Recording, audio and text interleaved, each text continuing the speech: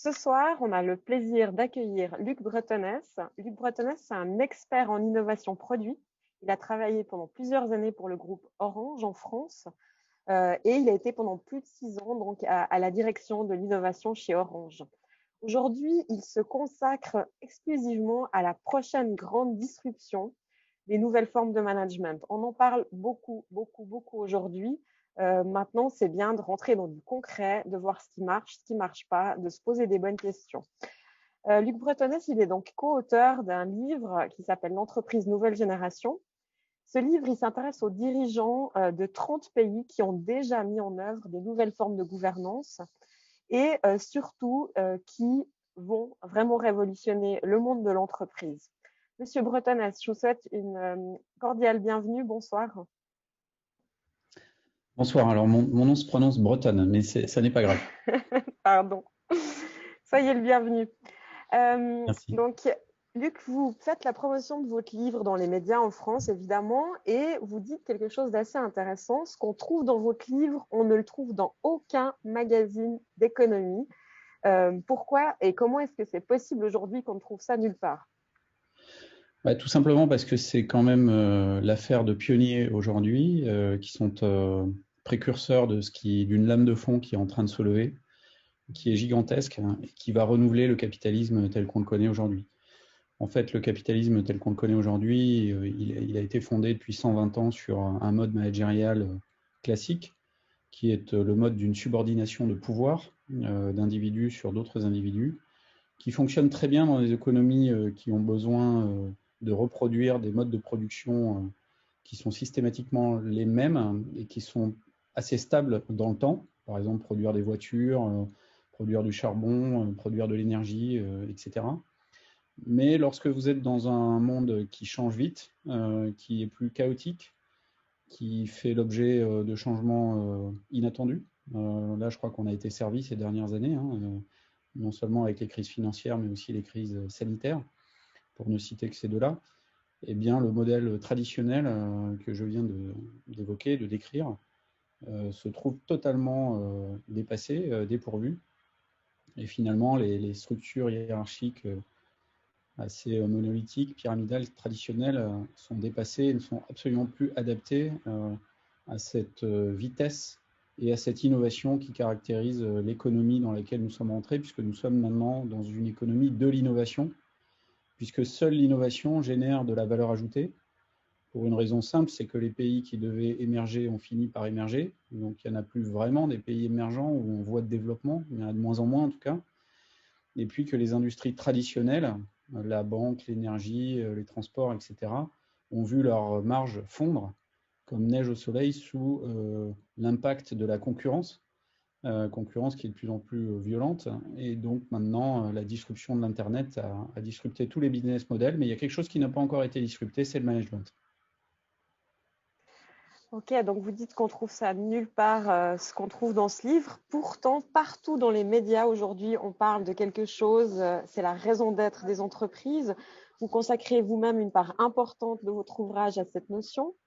Vous avez même une postface de Pascal Demurger, le DG du groupe Maïf, qui déclare que l'entreprise doit enfin assumer la responsabilité politique qui est la sienne. Est-ce vraiment les entreprises aujourd'hui qui détiennent la plupart des leviers pour changer le monde? Qu'est-ce que vous en pensez? Moi, j'en suis persuadé pour une raison simple. Les États aujourd'hui sont criblés de dettes. Ils ont une capacité d'action qui est relativement limitée. Et même quand ils ont une capacité d'action, on l'a vu sur la pandémie. Alors, en Suisse, vous avez particulièrement, je trouve, bien géré, mais aussi du fait de votre organisation très décentralisée. En France, on voit, avec un fonctionnement très jacobin, très centralisé, la pandémie a été très mal gérée. Je crois que c'est quelque chose d'acquis au niveau national. Tout le monde peut en faire le constat. Et donc, je crois que dans un contexte aujourd'hui moderne, les acteurs économiques ont des leviers que le politique n'a pas ou n'utilise plus pour des problèmes de courage ou de capacité financière limitée, encore une fois à cause de la dette. Et donc, dans ce contexte, les entrepreneurs, les entités économiques, elles ont la capacité d'agir tout de suite. La capacité d'agir tout de suite. Et moi, ma raison d'être personnelle, ainsi que celle de mes co-auteurs, c'est de changer la société en changeant le travail. Parce que si on arrive à changer nos relations au travail, on va impacter la société de manière drastique, irréversible. Pour une raison simple, c'est que lorsque vous rentrez en entreprise, après être passé par l'école, vous vous trouverez dans cette logique de subordination que j'ai décrite précédemment. Et puis, il y a une expression anglo-saxonne qui dit shadow of the leader. Donc, en gros, vous répercutez ce qu'on vous fait subir aux autres ou ce qu'on vous apprend aux autres.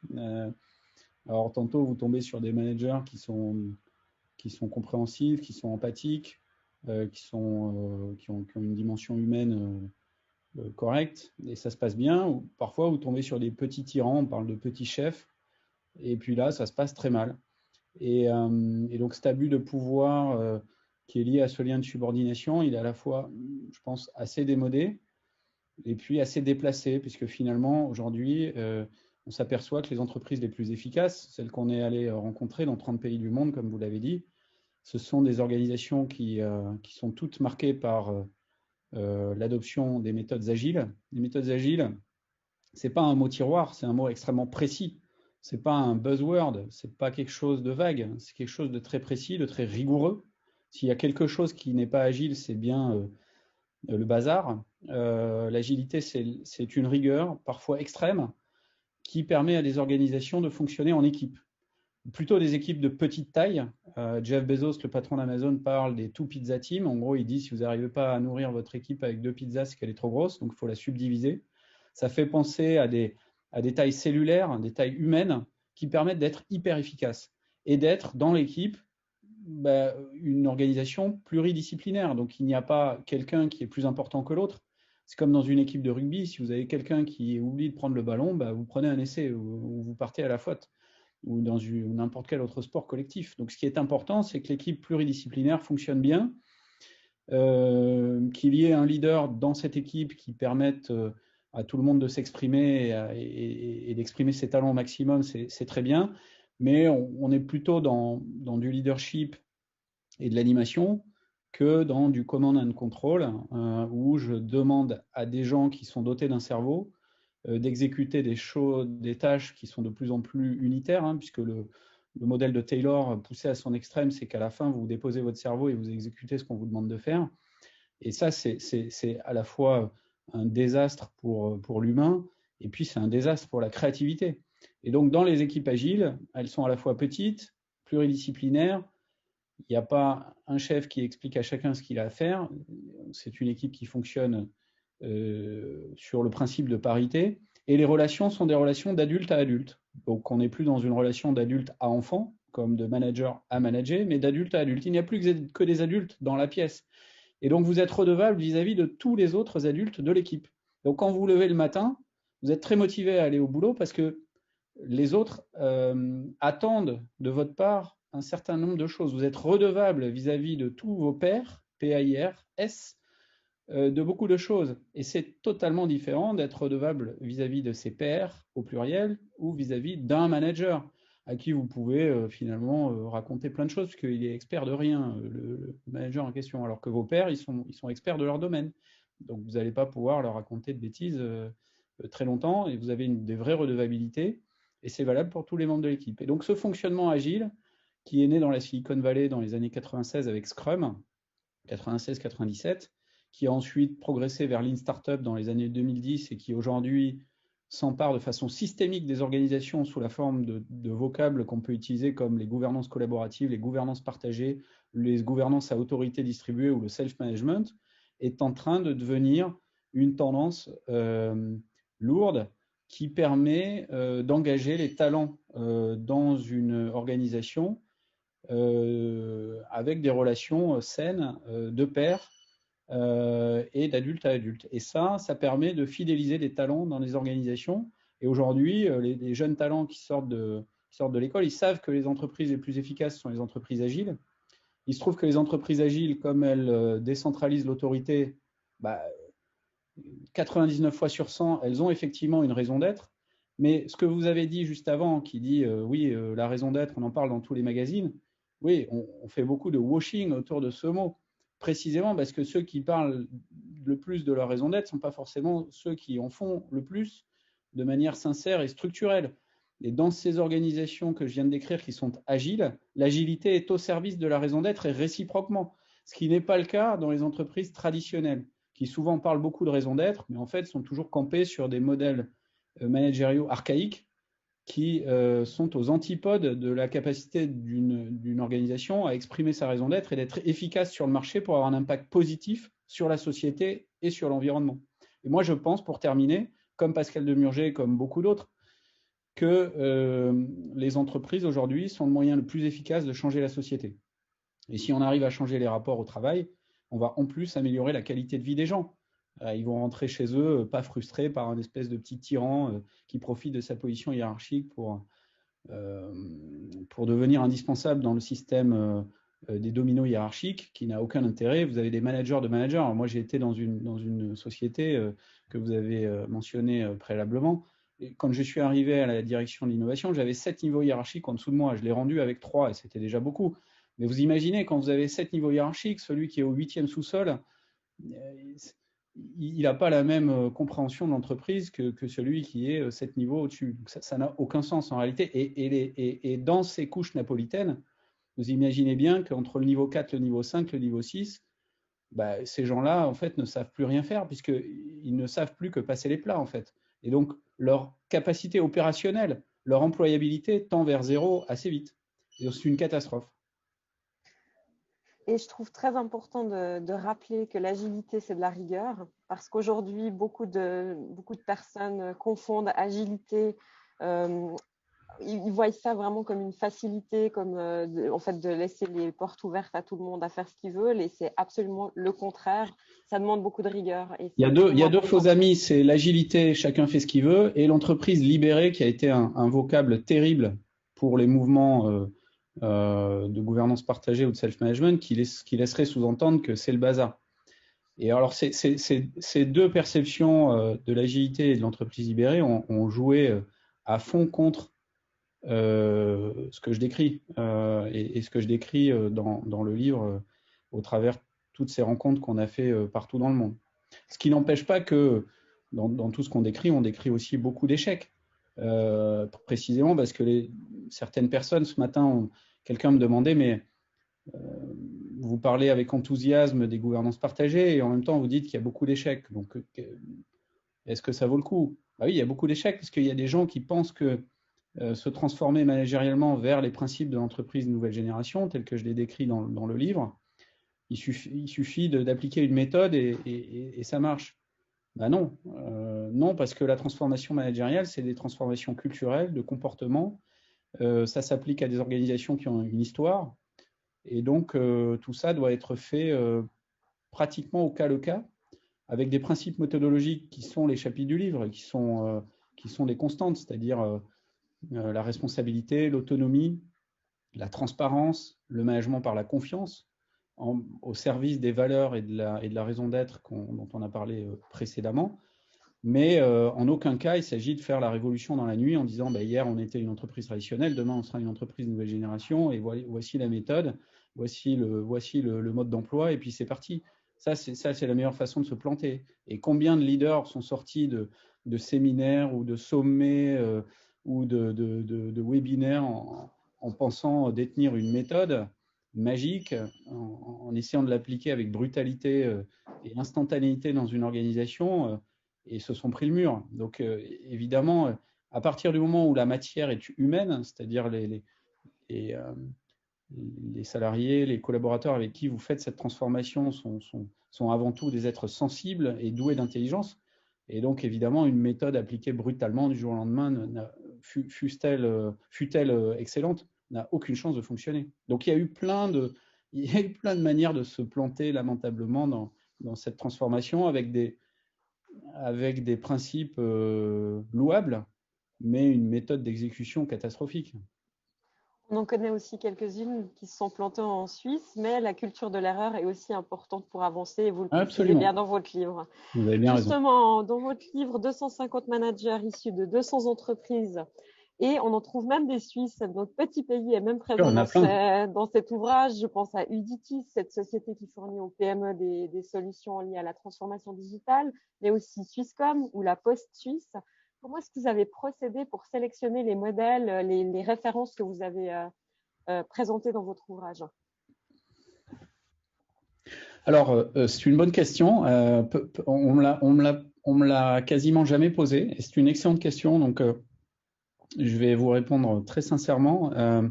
En fait, j'ai beaucoup d'affection pour un média en ligne qui s'appelle les Corporate Rebels, qui est néerlandais, qui a d'ailleurs été élu, qui a reçu un award de Thinker 50 ou quelque chose comme ça. Je ne vais pas le libellé exact, mais c'est facile à retrouver sur un moteur de recherche.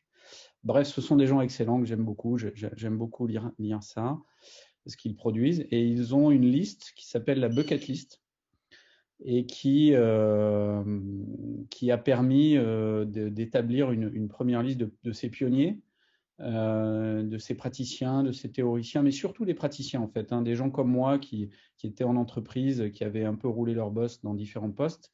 À partir de 15-20 ans de management, vous commencez à y voir un petit peu plus clair et à vous être pris quelques portes dans le nez.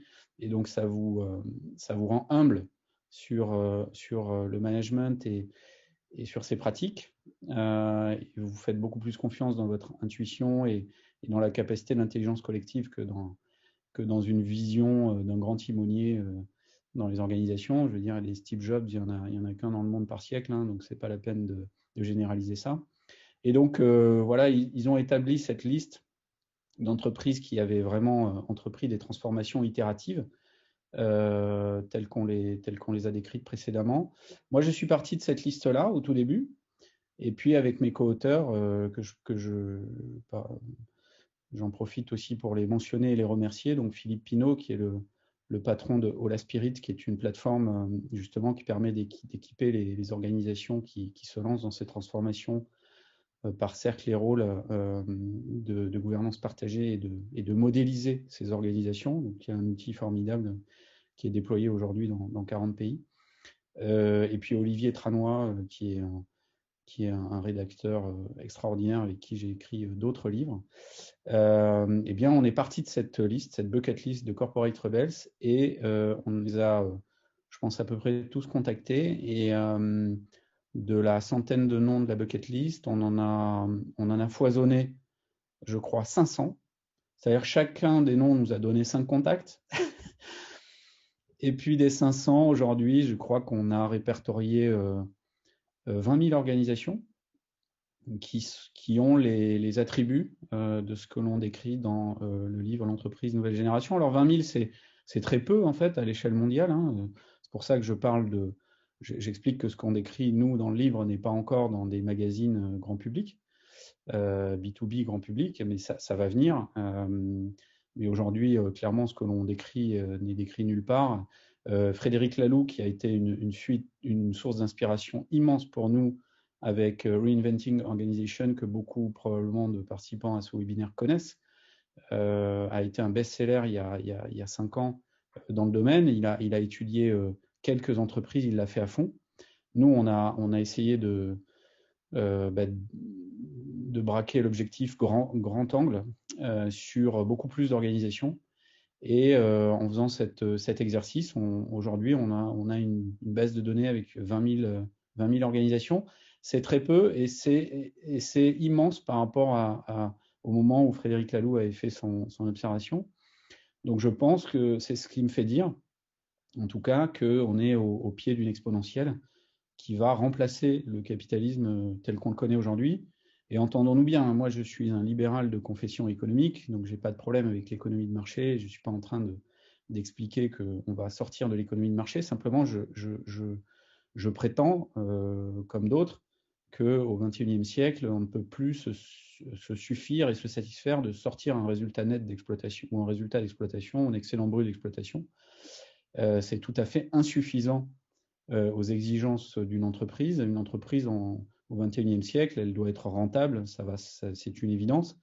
Elle doit générer des profits et de la valeur, mais elle doit aussi expliquer quel est son rôle dans la société et ce qu'elle fait, quel est son projet. Et les gens qui vont rejoindre le projet évidemment pour toucher un salaire, parce qu'on en a besoin pour vivre, et plus le salaire est élevé, et probablement plus la vie est simple, en tout cas sur certains aspects, évidemment, mais c'est très insuffisant à satisfaire un humain, encore une fois, correctement cérébré. Je pense qu'il y a des satisfactions au travail qui sont immenses à comprendre qu'on a un impact fort sur la société dans ce que l'on fait. Et dans la pyramide de Maslow que tout le monde connaît, la position ultime, c'est quand même d'arriver à comprendre qu'on impacte la société, l'environnement, et par ses actions de tous les jours. Et quand vous êtes au milieu des couches napolitaines que j'ai décrites précédemment, hein, manager de manager lui-même au milieu de strates d'autres managers de managers, votre capacité d'impact est au fond de vous, parce que vous êtes une personne raisonnable, vous savez qu'elle est nulle. L'idée, c'est de sortir du fameux club sandwich et aussi de contribuer pour l'entreprise, contribuer à la société. Je trouve ça aussi extrêmement important. Ce que je trouve aussi intéressant dans votre livre, c'est justement ce large spectre d'entreprises de toutes les tailles et aussi de différentes cultures, puisque vous l'avez très bien dit, très justement dit tout à l'heure, la Suisse, la France, on n'a pas du tout le même système de par notre démocratie directe, on est beaucoup plus décentralisé, etc. Donc ça, c'est vraiment bien. Quelque chose d'autre aussi d'extrêmement intéressant dans votre livre, vous parlez, on parle beaucoup, encore une fois, dans les médias aujourd'hui, des soft skills. Et vous dites qu'il faut absolument aborder l'importance de la culture d'apprentissage des hard skills. Et pour moi, j'aimerais vraiment que vous me donniez votre vision du rôle à la fois de l'entreprise, mais aussi des milieux académiques, puisque vous êtes aussi à l'ESSEC, pour renforcer le développement de ces fameuses compétences métiers ou techniques. Oui, alors moi, il se trouve que je suis ingénieur de formation initiale, et ensuite j'ai fait une business school. Alors le titre d'ingénieur en France, pour recadrer, c'est le niveau Master 2 ou Master au niveau international. Donc c'est 5 années après le bac ou 2 ans après le bachelor. C'est un niveau académique qui permet d'apprendre à apprendre par soi-même, en fait. Une fois que vous avez appris à apprendre par vous-même, vous êtes totalement autonome dans la vie, pour à peu près tout. Et ce qui est important, je pense, c'est de bien saisir. En tout cas, moi, j'essaye d'expliquer ça à mes enfants. Et puis, je trouve que je suis administrateur d'une école d'ingénieurs en France qui s'appelle Centrale Marseille. J'essaye aussi d'orienter la stratégie de cette école dans ce sens. C'est que ce sont les nouvelles technologies aujourd'hui qui influencent et changent les comportements, et pas l'inverse. C'est assez perturbant, hein, d'entendre ça comme ça, mais c'est la vérité. C'est Internet qui a permis et qui a généré des comportements totalement nouveaux, tels qu'on les connaît, et c'est pas le comportement humain qui a généré Internet, c'est dans l'autre sens. Et donc c'est très important de bien comprendre que la technologie aujourd'hui est au cœur de 100% des stratégies de toutes les organisations. Et il se trouve que quand on parle de technologie, on parle rapidement de software et d'algorithmes. Et donc, même si on n'est pas versé dans ces technologies-là, c'est important de comprendre comment ces choses-là sont construites et d'être capable de les piloter et de les orienter. Ensuite, je pense que le milieu académique et le milieu de l'enseignement en général est en retard aujourd'hui sur l'enseignement des nouvelles formes de gouvernance. Alors vous, en Suisse, vous avez quand même une avance considérable sur la France ou sur d'autres pays très jacobins, parce que culturellement, on s'est aperçu de l'extrême modernité du système suisse, et puis aussi d'une certaine manière du système allemand ou danois ou du nord de l'Europe. On s'est aperçu de l'extrême modernité des formats de coopératives ou des formats mutualistes qui étaient un peu perçus comme ringards, en France en tout cas, à tort, hein, à tort, avec un actionnariat plutôt ancré dans le local, des décisions prises sur des petites entités, sans couche administrative excessive, comme c'est le cas en France. Donc je ne suis pas en train de me flageller. Moi, je pense qu'en France, on a une capacité de créativité qui est très supérieure à la moyenne des autres pays. Les Français sont très créatifs, mais ils sont emprisonnés dans un fonctionnement pyramidal, un peu sclérosant, bureaucratisé à mort, qui est fatal aujourd'hui au fonctionnement de l'État et au fonctionnement de beaucoup de grandes entreprises. Donc ça va changer. Enfin, moi, j'ai une grande confiance dans la capacité des humains en général et des Français en particulier à changer de ce point de vue-là. Mais la Suisse, pour moi, est un des pays les plus avancés, et je ne le dis pas par circonstance, je pense vraiment un des pays les plus avancés en Europe sur les nouvelles formes de gouvernance. Alors d'ailleurs, si vous voulez en dire deux mots, là, les pays les plus avancés en Europe, donc qu'on a pu mesurer en faisant cette étude, en faisant ce livre, c'est clairement les Pays-Bas, donc le berceau de la sociocratie, l'Allemagne, la Suisse, avec la Suisse probablement en rapport au nombre d'habitants et champion du monde, sans hésitation, la Belgique, et puis ensuite des pays comme le Brésil, le Canada, le Japon, étonnamment. Voilà, les États-Unis arrivent plutôt derrière, et puis le sud de l'Europe est à la traîne. Et la Russie aussi. La Russie, il y a un grand mouvement en Russie actuellement. D'ailleurs, la semaine prochaine, je serai speaker dans l'équivalent de l'événement que j'ai organisé moi-même à Paris en novembre dernier, qui s'appelait The Next Gen Enterprise Summit, donc qui est l'équivalent russe, qui n'est pas fait du tout pas du tout organisé par moi, mais par Business with Meaning en Russie, mais qui est vraiment le pendant. Enfin, ça a été aussi une source d'inspiration pour moi. Ils m'ont invité à parler de ça, et il y a une communauté d'entrepreneurs russes extrêmement vivace, qui se développe à grande vitesse, y compris sur des grandes échelles d'organisation, y compris dans le secteur bancaire d'ailleurs, dans tous les secteurs, qui est tout à fait fascinant. Je suis absolument pas surprise quand vous dites que la Suisse fait partie des pays qui sont en avance dans les nouvelles formes de management. Par contre, on est en retard, nous, dans les hard skills au niveau de la digitalisation, de la numérisation, de par aussi le fait de notre fédéralisme, encore une fois, des petites PME, beaucoup moins de grandes entreprises comme chez vous. Et on a, entre autres, une femme qui s'appelle Isabelle Chapuis qui a créé, peut-être vous la connaissez, le Future Skill Labs, qui dépend de l'Université de Lausanne et d'HEC Lausanne, et qui dit que les milieux académiques se doivent d'enseigner la littératie des futurs. Qu'est-ce que vous en pensez? Bah, moi, je pense tout simplement sur les hard skills et la technologie que les organisations qui n'intégreront pas dans l'environnement de travail ces choses-là vont être laminées, littéralement laminées.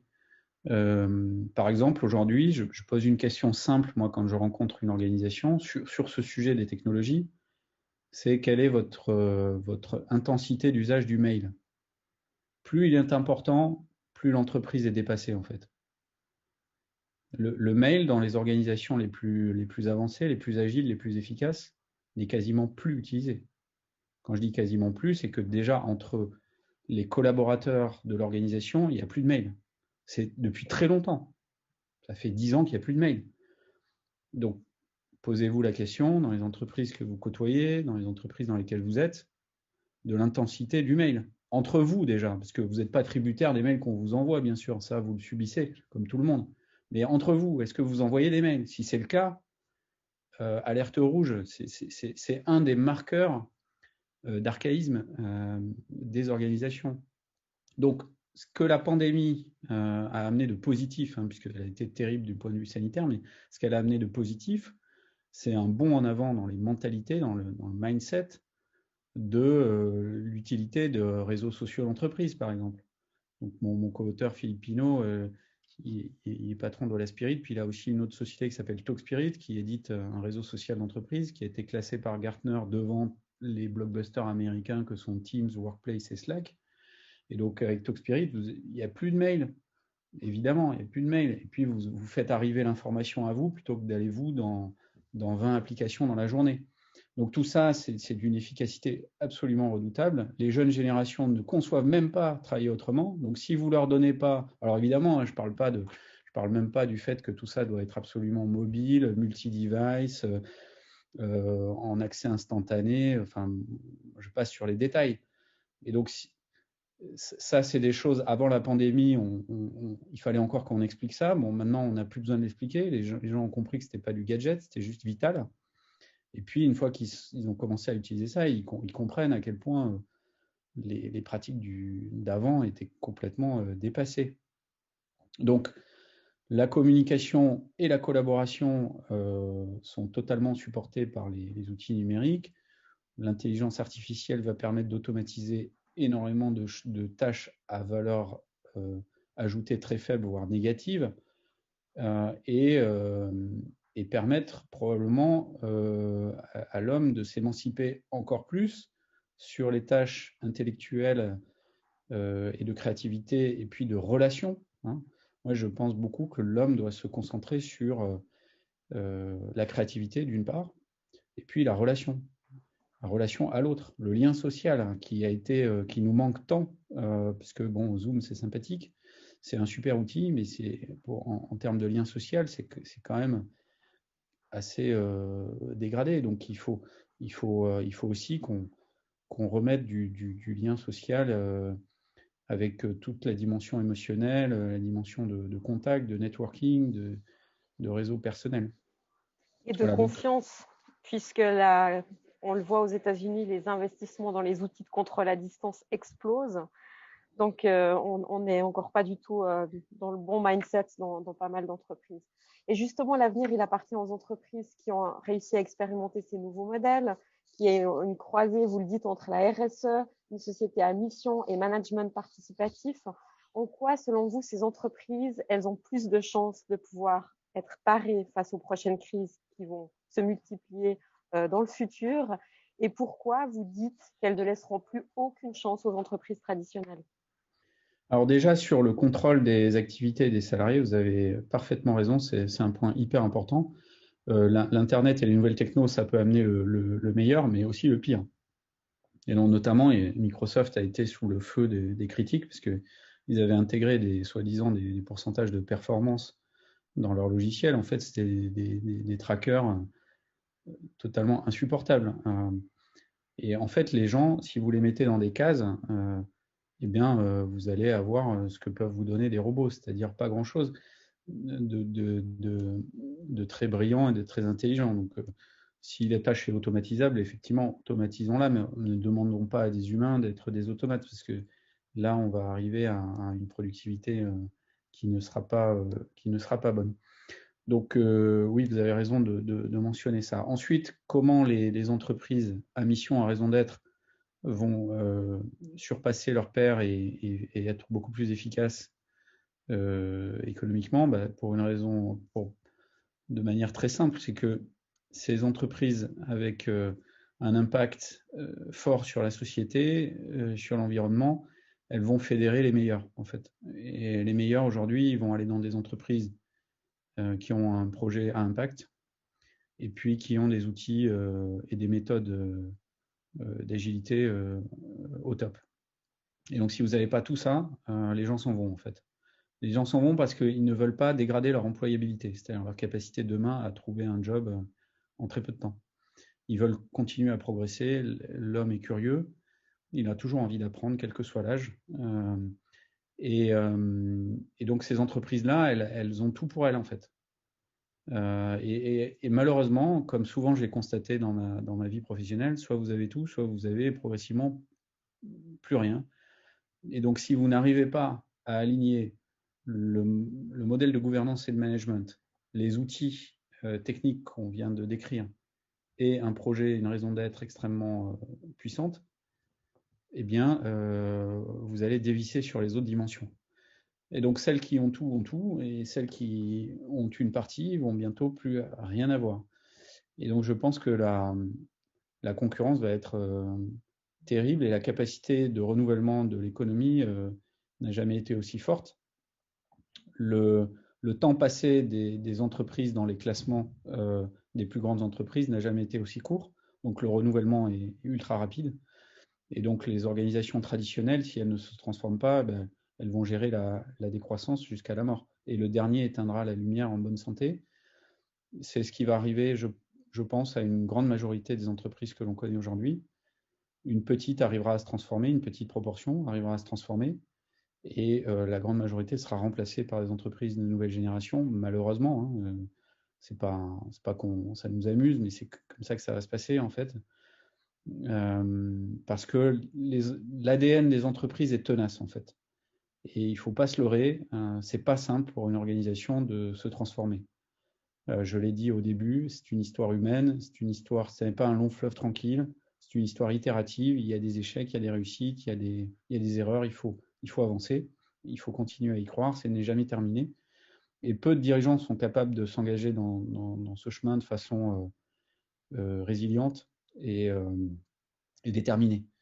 Et donc c'est quand même beaucoup plus simple d'expliquer dans une organisation qu'il faut continuer à faire comme on a toujours fait plutôt que de changer les choses. Et d'ailleurs, si vous finissez par faire gérer votre entreprise par un financier ou un contrôleur de gestion, il vous expliquera tableur Excel à l'appui. Ce que je viens de dire, c'est que c'est plus facile de continuer à faire ce qu'on a toujours fait plutôt que de prendre le risque de faire autrement. Et il aura raison. Il vous fera une démonstration mathématique de ça.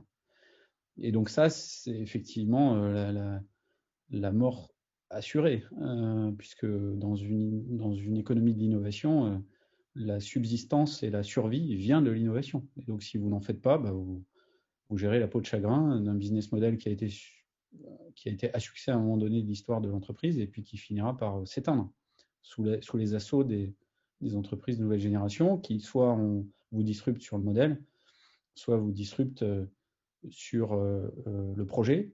Et moi, je prétends qu'aujourd'hui, la raison d'être sans le modèle et puis sans les méthodes managériales, ça n'est pas possible et que tout ça est lié et que donc les projets sont cohérents aujourd'hui. Les entreprises qui vont être les grands vainqueurs de l'économie de demain, et c'est mon côté extrêmement positif dans l'évolution de l'économie et l'évolution du monde, c'est qu'elles vont être orientées vers des impacts positifs. Donc moi, je suis absolument pas voilà, je n'imagine pas un futur apocalyptique, au contraire. Et qu'est-ce que vous pensez de toutes les personnes qui disent too big to fail, de beaucoup d'entreprises qui sont pourtant pas du tout tournées vers les nouvelles formes Bah, d'organisation? le too big to fail, c'est une absurdité. Lehman Brothers, les grandes banqueroutes que l'on a vues ces dernières années vont s'accélérer. Les géants historiques sont en train de s'effondrer, et y compris les GAFAM aujourd'hui qui finalement sont le club des valorisations de 1000 milliards sont extrêmement vulnérables. D'une part, elles ont pour certaines d'entre elles des pratiques qui sont totalement contestables, mais elles se sont bâties sur une concentration des pouvoirs et une capacité à échapper aux législations des États qui va probablement devenir totalement insupportable dans le court terme. J'ai d'ailleurs noté il y a quelques jours l'intervention de la gouverneure de la Banque centrale américaine, Janet Yellen, qui a dit qu'elle avait quand même pour projet de démanteler ou en tout cas de remettre en cause les monopoles ou les oligopoles de fait de ces acteurs-là. Et je pense que si les États ne s'en emparent pas, et c'est ça l'importance du politique, hein, c'est de pouvoir faire ça. Les États-Unis l'ont fait au moment du monopole des chemins de fer, ils l'ont refait au moment du monopole des telcos, des opérateurs de télécom avec les Bell.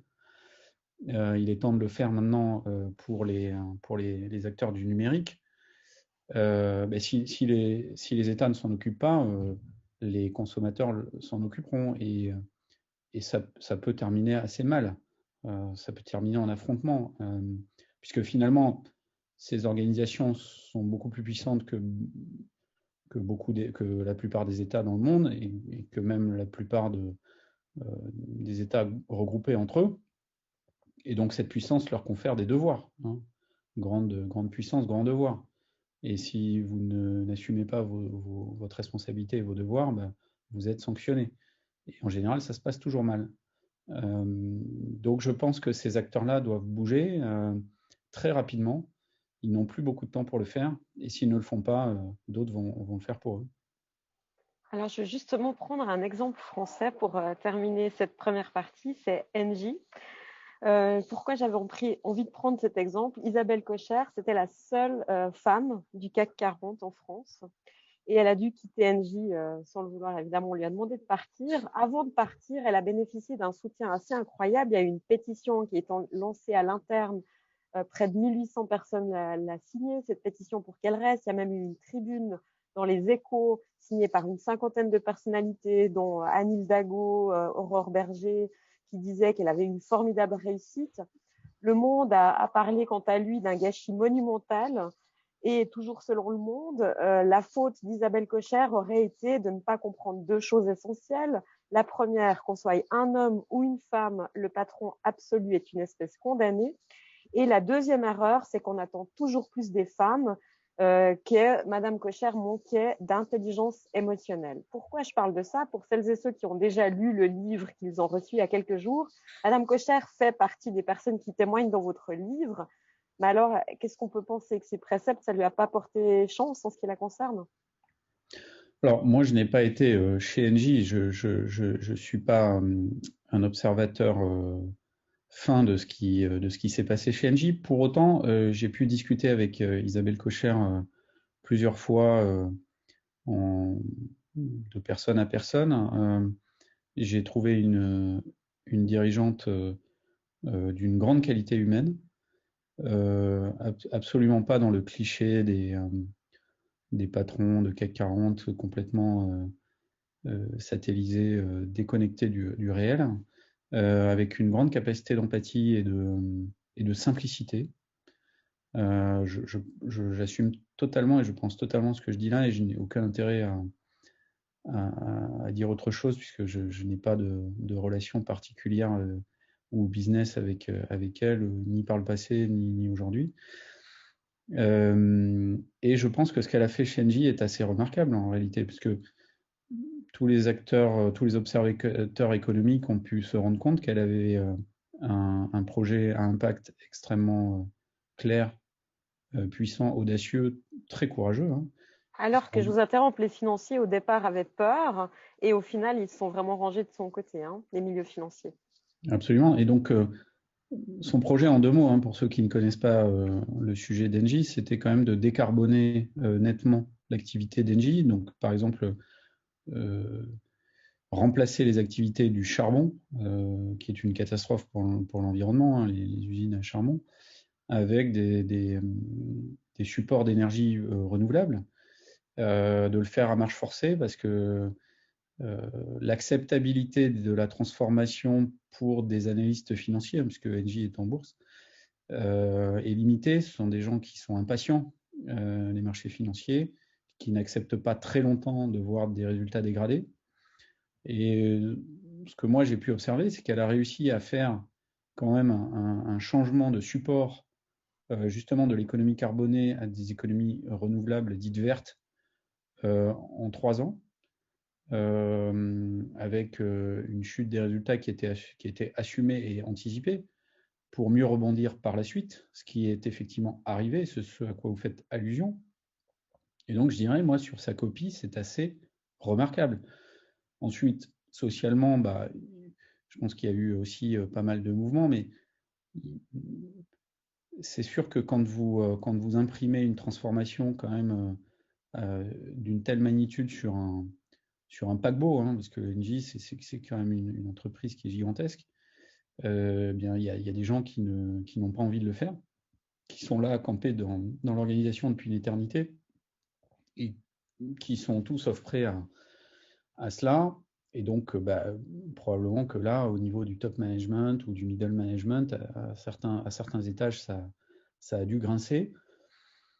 Et moi, j'ai vu également dans Engie, et je terminerai là-dessus, des vrais exemples d'agilité et d'expérimentation de gouvernance partagée sur toute une division significative, qui est l'objet notamment de l'introduction d'Isabelle Kocher dans le livre. Mais j'ai parlé avec les gens. Moi, j'ai vu Isabelle Kocher pour le summit que j'ai organisé, Next Gen Enterprise Summit, et puis pour le livre. Mais j'ai surtout parlé avec les gens d'Engie, qui ont eu une marge de manœuvre et une liberté à le faire, à l'expérimenter, qui a été totale. Et c'est des gens qui ont été ravis de le faire et qui ont trouvé qu'ils progressaient nettement dans leur travail au quotidien. Donc je dirais que globalement, pour moi, évidemment, c'est pas un sans faute. Hein, ce serait d'ailleurs, on pourrait avoir la suspicion sur un sans faute. Mais enfin, c'est quand même extrêmement remarquable ce qui a été fait. Et donc après, moi, mon interprétation, hein, mais c'est tout à fait personnel, c'est que j'étais plutôt victime collatérale de batailles politiques qui n'avaient pas grand-chose à voir avec le business. Et le fait que Isabelle Kocher soit un rôle modèle des femmes dirigeantes dans un pays comme la France, qui est jacobin et qui est d'une tradition où les grands chefs d'entreprise sont systématiquement des hommes, c'est très dommage, parce que c'était quand même une personne de grande qualité. Alors elle persiste à l'être, hein, je ne parle pas d'elle au passé, je pense qu'elle a de multiples opportunités de rebond, je n'ai aucun souci pour elle. Je ne m'en fais pas, mais effectivement, c'est une occasion manquée de laisser une grande dirigeante qui était vraiment dans la transformation, engagée totalement là-dedans, de pouvoir continuer ce qu'elle avait très bien commencé. En fait, moi, ce qui m'a vraiment interpellée dans cette histoire, c'est quelle est la réelle envie de ces très grosses entreprises de changer, la réalité entre le discours et l'action. Mais en fait, l'envie des entreprises, ça ne veut pas dire grand-chose, parce que l'entreprise, si on considère que l'entreprise, ce sont avant tout les hommes et les femmes et les hommes qui la composent, l'envie, dans un corps social comme celui d'Engie, il existe, puisqu'il s'exprime, comme dans toutes les grandes organisations, par des frustrations immenses d'être justement de perdre le sens dans une organisation avec autant de niveaux hiérarchiques, avec une complexité organisationnelle matricielle totalement incompréhensible, le désengagement qui est une maladie chronique généralisée dans les grandes entreprises, en tout cas en France, est connu de tous. Et donc, je pense qu'il n'y a aucun corps social d'entreprise qui souhaite persister dans ce statu quo. Donc, quand vous demandez aux gens s'ils sont d'accord pour prendre plus de responsabilités, s'ils sont d'accord pour pour participer aux décisions, pour influer sur le cours de l'entreprise, pour être acteur et avoir de l'impact au quotidien, je pense que vous trouverez évidemment quelques personnes qui vont vous dire non, mais enfin, la grande majorité vous dira que effectivement, ça les intéresserait de pouvoir rentrer à la maison le soir en disant voilà à quoi a servi ma journée, et d'être fiers de ce qu'ils font, et de travailler dans un collectif où ils ont vraiment l'impression qu'ils ont été partie prenante de la décision. Et donc, ça, c'est des constantes dans toutes les organisations humaines. C'est pour ça que ce qu'on décrit dans le livre, cette enquête qui nous a amené à faire le tour du monde, finalement, c'est quelque chose qui est en train de se lever partout dans le monde simultanément. Parce que c'est une aspiration universelle. La distribution de l'autorité, c'est une aspiration universelle. La capacité à développer ses talents, c'est une aspiration universelle. La capacité à être autonome. Les gens sont autonomes dans leur vie privée.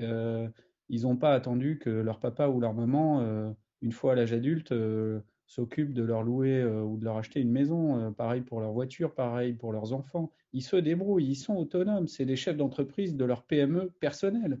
Donc il n'y a aucun problème en fait.